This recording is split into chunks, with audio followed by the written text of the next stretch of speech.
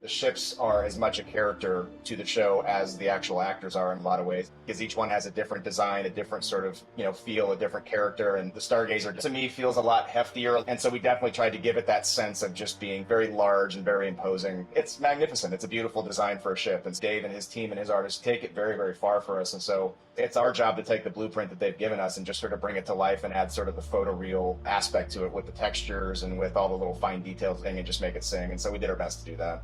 We continue to learn every time we touch one of the ships and build them and build something new. And so it's always fun to put it together and then to see it start to shape up and get to that sort of photoreal level. Gene was always aware that the starships in his shows were vehicles for storytelling. So he knew that the ships had to reflect the characters and the nature of the stories. We had so many different teams working.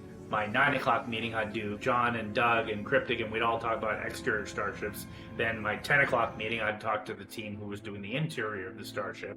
How can you make a holographic interface more practical for a user? Imagine trying to send an email or work on a spreadsheet like this.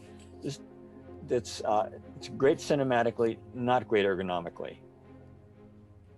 But if you have gesture tracking, if you have gaze tracking, I can do this. Why can't I do this? I may not point accurately, but if you can analyze my gaze and say, I'm pointing to that cluster of icons there, I can flick at that and pick that one and operate that system. That, I think, is going to be very cool when it comes to your cast.